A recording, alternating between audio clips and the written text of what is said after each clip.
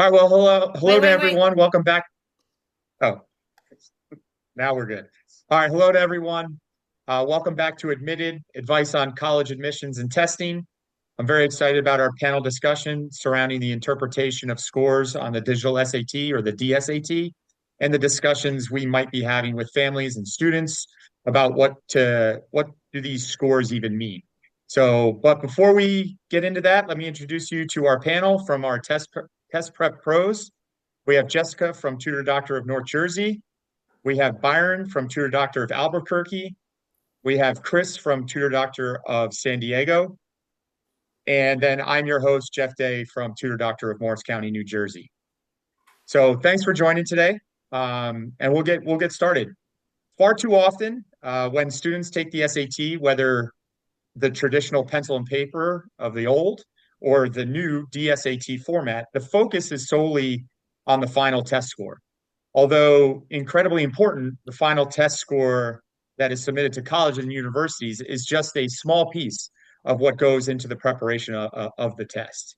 As education professionals that have been watching the evolution of the SAT and the ways in which we help families prepare for that SAT, we have years of experience and data that have molded our thoughts on the subject.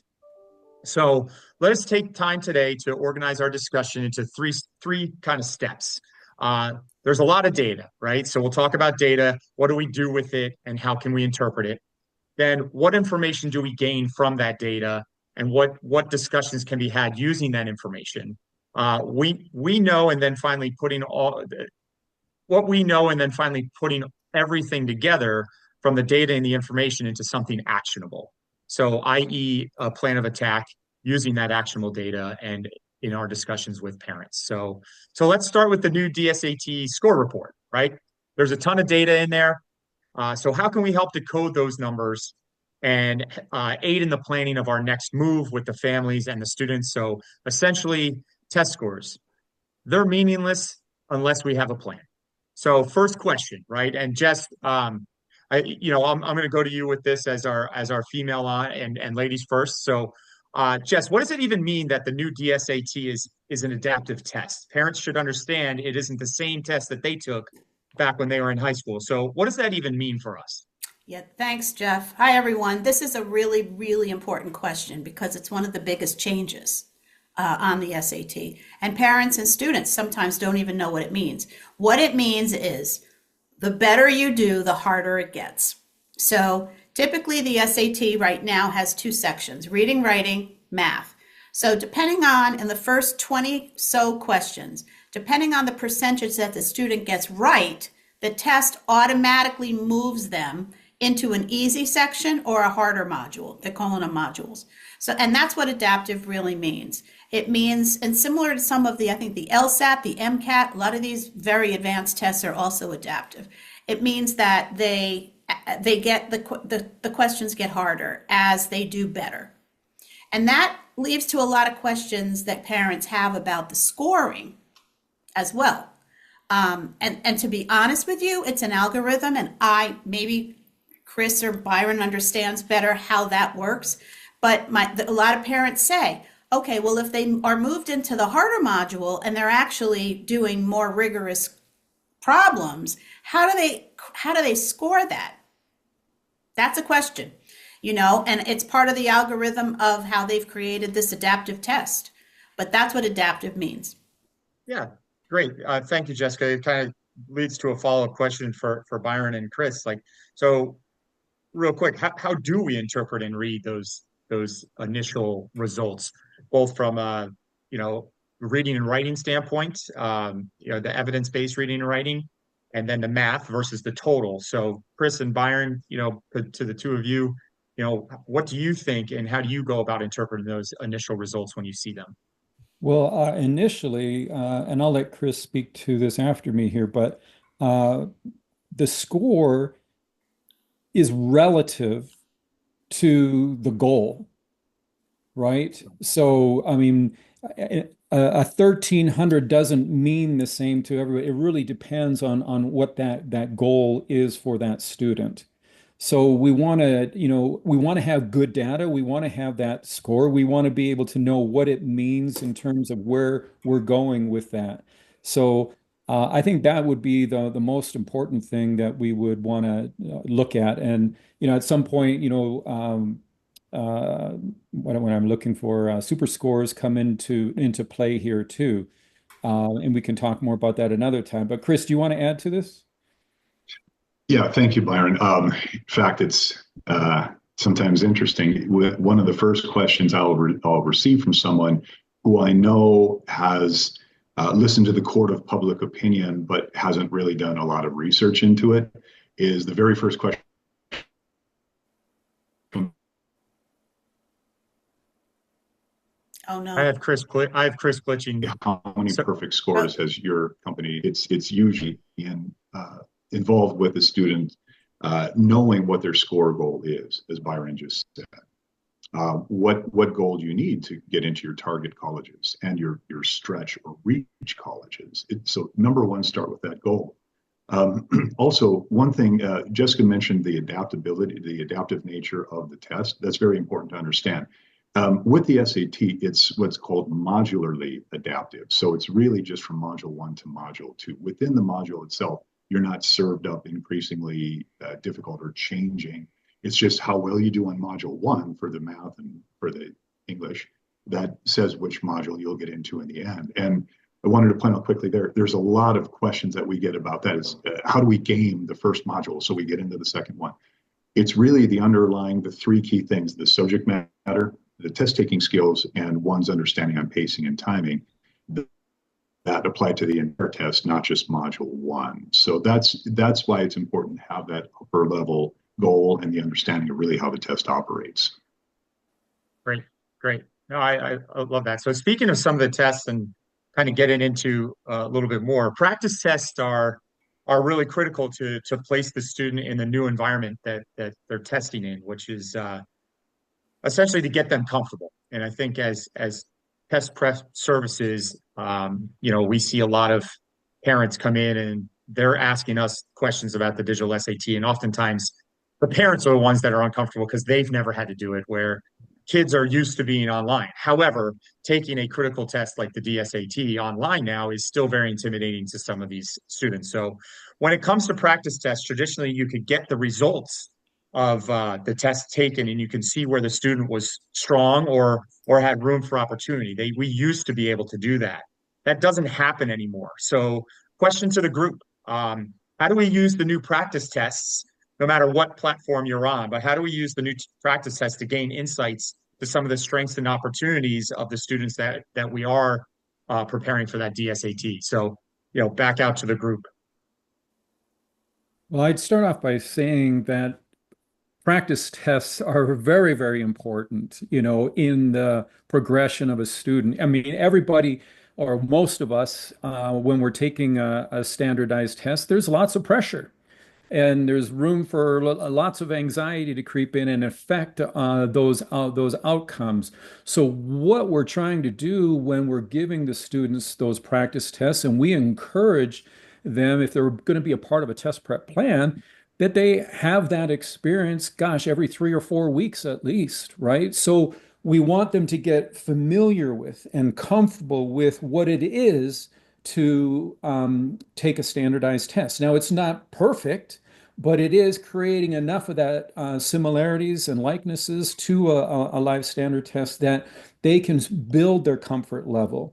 They can, yeah, and it's just by having that familiarity. So what we don't want them to do is go into a test, their test date, their live test date, cold turkey, right? Because that's just too much anxiety, stress, and so forth. But the idea of those multiple tests gives them that exposure, that familiarity. They can start getting comfortable and sensing and understanding the nuances, which is going to impact, the test taking strategies. And Chris talked about the importance of pacing as well. So those would be my initial comments on this. You guys feel free to jump in. Yeah, I would say, that's part of our test prep program is practice tests. For in my business, I don't want to see a student until we have a baseline practice test. We have to know where they're at. right? And the PSAT, this is a good point that I tell parents because they don't realize that. The PSAT is not an SAT practice test. It's a PSAT, which is easier and it's scored differently. It's scored out of 15, 20. So we need them to take a practice test. And the practice tests are right now digitally on a portal. No matter how, we have different ways of doing that on our portals within our company, but they have to take it on a portal because they have to get used to taking it on a digital platform. And a lot of students have never taken a test on a digital platform before. So when we go in and we get the scores, we can log in and as tutors and as our company and really see what they got right and what they got wrong, and go over in detail the questions they got wrong, and really see a pattern of where are their gaps and where are their strengths. Yeah, it really sums it up. We have a detailed analysis in those practice tests that allow for us to make recommendations, which kind of leads me to a follow-up question, which is for you, Chris. Is it better to focus on weaker areas to strengthen them, or focus on stronger areas which might not have as much headroom to grow or increase? What are your thoughts there, Chris? Sort of the proverbial Yogi Berra question, right? When you see a fork in the road, Fork take in the it. road. Yes, yes, especially if it has chocolate ice cream on it, right? Um, the That's why a test is so important. I mean, kind of going back up to the top again, right? Is it's very important to understand where might the student have difficulties. And I've always said, as I alluded to earlier, good test prep's like a three-legged stool. Subject matter, the test taking strategies, and the pacing and timing. All three of those have to be relatively balanced, just like the legs of a stool. Otherwise, you've got a wobbly stool and you'll fall over. So you want to understand what is the cause of my not hitting my target score or doing as well as I believe I should? Is it the underlying subject matter? Is it the strategies, or is it more the pacing and timing? It's always a little bit of the three, but it'll be a different blend for for every student. So you want to go back and take a look at the categories of questions as well. Am I strong on geometry but weak on trig? Am I strong on sentence completion, weak on inference type questions? That's what a good practice test report will tell you, not just the number. Who cares about the number in the end? Because that you have to get under the hood, another cliche, to be able to figure out exactly what needs the repair. So that's the combination of a solid test report and an experienced tutor can really help make happen with the student's participation. Awesome. Great. Thank you, Chris, so much. Additional follow-up, Byron, I'm going to throw it over to you as a tutor and a student, right? You take it from either perspective. You know, how do you, talk to your tutors, or how do you talk to students or families on how they divide their time and energy to address the stronger or weaker subjects or topics for each section? Well, that's going to be a different kind of a answer, for the different scenarios that are going to come up. But I think it begins with, getting a good understanding of what the data is telling us, right? And and one of the things that tutor doctors, one of the tools that we use is our cognitive skills assessment, right? And that is going to identify what particular cognitive strengths or weaknesses they have. So if someone is struggling more with verbal type of content, we can be more efficient in addressing that with specific strategies that will support those types of skills. And likewise, if they're more of a visual learner. So I love the fact that we have this tool. It's very unique, and that's going to drive that conversation on how we can help them most efficiently in terms of where we're going to focus our time and what efforts. Yeah, I agree. Just as a quick aside, I think our cognitive assessment is really aided both in the SAT preparation, ACT prep, and even just our private clients in general. The interpretation of those results and the conversations that ensue with our And parents really, one thing to goes a add long way. with that, one thing to add with that, Jeff, as well, is that's our mind print assessment, which is distinct from our actual practice tests themselves. Right. And of course, Right. viewers today can reach out to their local tutor doctor office. We'll have that contact information at the end of the message, as well as even search on our website. But two different tools that we have that we really think set the student up for their best chance at their target score. Yeah, and it sounds like practice tests are more and more important now than they've even ever been, considering the data that we can pull, the interpretation of those results, looking at certain sections, determining, the strengths and the weaknesses. Um, and it really helps us with our plan of attack for improvement with the students. So um, to get a little bit more granular, if I have a topical area, Jess, I'll give this one to you. If you have a topical area which doesn't seem to improve much after two or three practice tests, should I give up on it and focus elsewhere, or how should we address this? Both, how do you approach the parents, which we'll get into a little later today, but like as a student, like how do we get our tutors to get the student to believe in themselves a little more on this? Well, so this reminds me of something that just happened yesterday, actually. We had a student, Alex, and we were working with him toward his first test, which was in October. He came out with his first SAT score, which I believe was like a 1280 or something like that. And then he said to his mom, "Well, I'm going to self-study. I want to take it again, but I'm going to self-study." So in our platform that we have, they have access to their practice tests for 1 year. And I went in and I saw that he's been working on working on his test, but he's taking the same test over and over again. So he took the same test 3 times on his own, and I could see that his scores were sort of plateauing.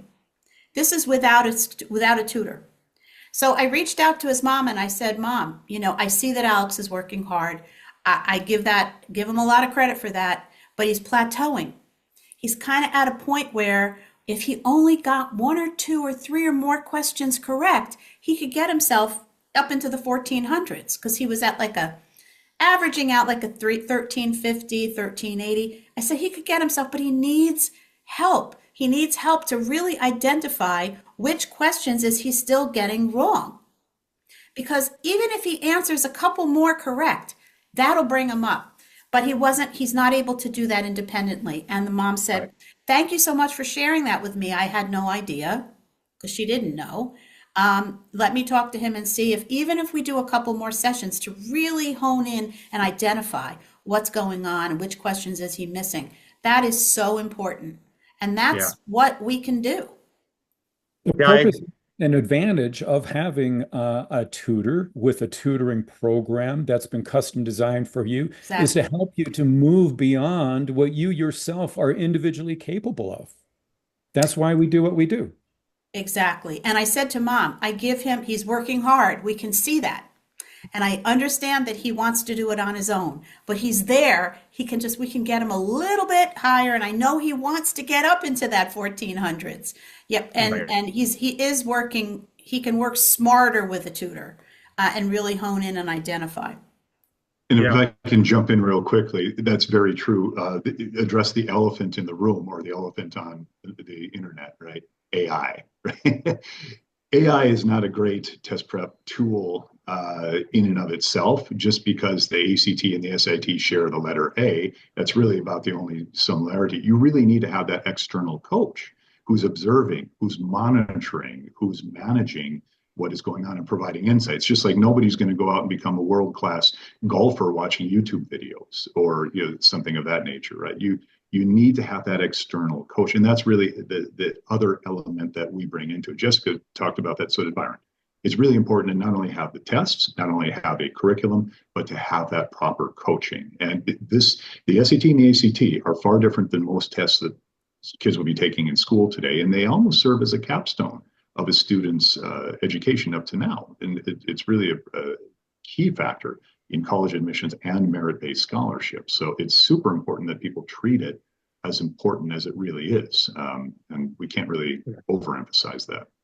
Yeah, I agree. And oftentimes, in Jessica, in your case, parents sometimes don't even know what's going on. As much as they were involved in the first part, then they kind of lose focus, especially with the length of time it takes to truly prep the correct way. But we also get calls late in the game where it's like, well, what's going on? Like, do we have enough time? Well, in the case that you're speaking about, Jessica, like, when is the next official exam? And did we catch it in time? And what can we do to fix it? And with all the different strategies that we have, all the different data that we pull, all the different info that we have, the practice tests, the fact that our tutors have access to so much, we can help guide those parents and those students when they, in fact, go a little off the beaten path and it's not working out the way they wanted, and we kind of have to reel them back in. So it's nice that our services are able to do that. So let's shift focus into what we can do with the data and information as the educational and test prep professionals. Um, Using the data at hand, how do you prepare for your first or second discussion with a family post a practice test or knowing the previous SAT score, right? So you have both, and you in most cases you've spoken to them, they've heard about us, they talk to us, they take a practice test, we know what their old SAT score was. After all, we're about test prep services. So how do you go about preparing for that conversation after you get those tests back? Any thoughts on that from the panel? I know it's a large question, but I think it's an important one. Go ahead, Jess. I am very upfront and honest. I usually pull it up on the screen and show them, what the scores are. And especially if it's their first test, let's go over it. But we have to have what Byron was saying, the conversation of, well, what are your college goals? What are you looking at here? Where do you want to go? Have you even started to identify college choices? And everybody from up my area, they all want to go down south. If you want to go to Florida, you need to have a test score. So if a student comes in and I got somebody the other day at an 850, that's a lot of work that they're going to need to do to get their score into even the national average, which is like a 1020. That's a lot of work. Now, when I see a score like an 820, many times I say to the student, come on, Bobby, did you really try? Be honest with me. Or did you just get through it and say, I'm just going to do this? You have to be honest with yourself as a student, because that is not when I see a score like that, that is not a realistic evaluation of where the student is at. And many times they say, so what's your GPA? Oh, I'm like a 3.7. Well, does this 850 represent who you are as a student? Come on. Right. If you want to go to Florida, you gotta step it up. Yeah. Byron, anything to add to that? Yeah, having that baseline data, having that goal, those are the fundamental pieces, right? So what we need to do is, hey, let's work backwards from the ultimate goal, and that's the job of our tutor, our test prep professionals. Hey, what are the pieces that we need to accomplish? What are the objectives on a monthly, weekly scale, timetable of what we actually need to accomplish? That's the job of our test prep experts, right? So they build a tutoring test prep plan that is going to help get them from where they are today to where they want to be in 3 months or 6 months from now, whatever it might be. So when they get together, the tutor is going to manage their program so that they're getting a regular regimen of worksheets, of practice tests, of quizzes, of everything that need to get moving on a consistent basis towards that goal. So it's not here's our box plan of what it looks like to become 1500, get a 1500 on your SAT. No, that's not what we do. It's a very customized approach on a week by week basis to get them from where they are today to where they want to be. Right. Yeah, agreed. And we're talking about very critically emotional times in some of these students' lives, right? And getting test scores back, whether they're good or bad, is all in the eye of the beholder, but it's still an emotional time for those kids and families. So, Chris, this one's for you. So how do you go about removing the emotion from the conversation from our perspective?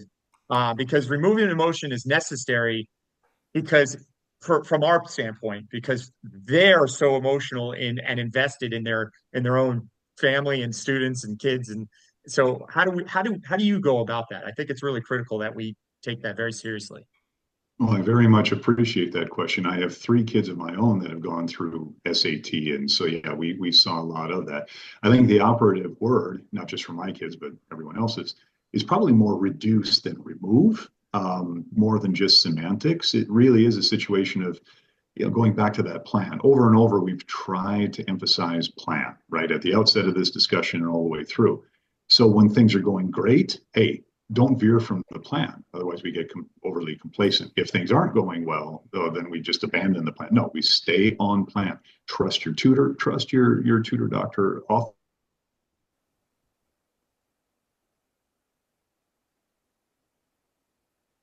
I think he glitched again, but that's okay. I, Been through this with hundreds, if not in the plan, we need to do so. yeah, great.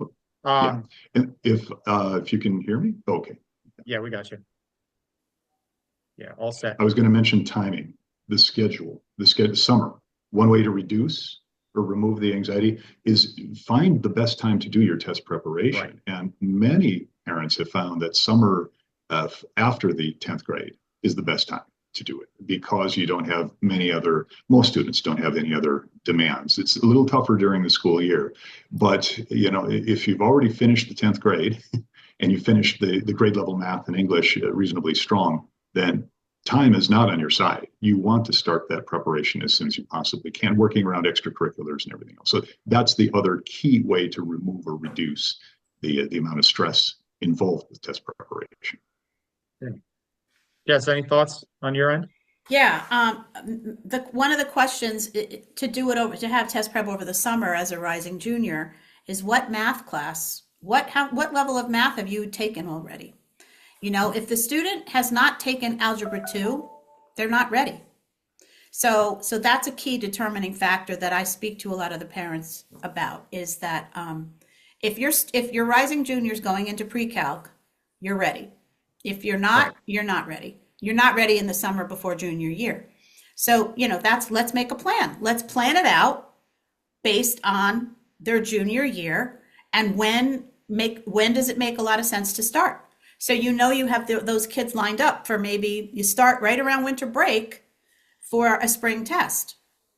So you make a plan in advance. So at least the parent, it eases the anxiety for the parent and it eases the anxiety for the student because they have something that they know when they're looking forward to starting their plan.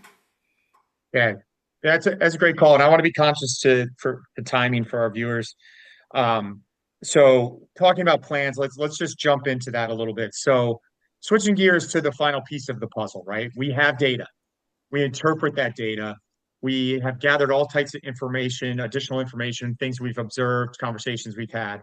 Now, how do we help the families and the students turn all of this into action, right? Byron, you touched on this right before, so let's double tap on it a little bit. It's really important to work backwards, is what you said. And oftentimes that comes from let's start with a list of schools that you really want, and then let's back our way into our plan. So, how do we help families stay on track for their goals that they've set out forth for? Ultimately, what the ultimate goal is, we get a good grade to go to the school we want. So, how do we keep them on track for that goal? Chris, you're shaking your head, so I'm sure you have some thoughts on that. So I'll let Chris go in a minute here, but I think what's really, really important is that families understand is that we are not creating that goal for them. It's their goal. They've done their homework. They're buying into what it is they want to accomplish. What we're doing is we're filling in with the pieces that it's going to take to help them get there. And so having the data that we talked about, identifying where their strengths and weaknesses are, and making sure that we're capitalizing on the strengths that they have, and at the same time making sure that we're also filling in the gaps so that we can make up and have the highest impact on the outcomes that they're looking for. Chris? Yeah, thank you. And the affirmation head bobbing I was doing a few minutes ago, I was actually having flashbacks to a number of my students who have done it the right way and just thinking, oh, yeah, yeah. And you're helping affirm that. Yeah, bottom line is, again, the plan. There are very few students today that are really one and done when it comes to taking the test itself, especially in this era of super scoring. A lot of parents say, oh, we just want to be done with it once. I don't want my child to have to suffer through multiple. Well, I saw a stat the other day, I think it was last week. The average now is closer to 3 attempts on the SAT. And it's actually pushing even more so now with ACT because it's got 4 sections and everybody's like, hey, I can take it 3 times. And sure, it doesn't matter how many times. What you really need to do, again, what is your target score? And then if you take that first official test, and if there's a narrow gap, maybe you take it once more. If there's, moderate gap, then you might need to take it a couple of more times, but with the right plan. I want to add one thing to that. There are some schools, Georgetown, Ivies, Right. they don't want to Discussing see that as you're plans, taking like it. looking They at don't the want to data, see you're taking it too many interactively discussing times. it with your on brand. They want to see that you're taking it maybe twice max. Some of these very, very high level competitive schools. So that's part of the plan. What Right. schools are we targeting here so we can incorporate that into the plan? And last question here before I do some closing remarks and we close up our session of admitted advice on college admissions and testing. Um, when it's tough. When is the right time to suggest an adjustment in the original plan? Should you go with the ACT? How would college admissions view certain efforts, as Jess just touched upon? How would they view the score if you've taken it 3 or 4 times? So, as professionals, when do you think it's appropriate, and how do you go about, quickly addressing that a change in plan might need to take place?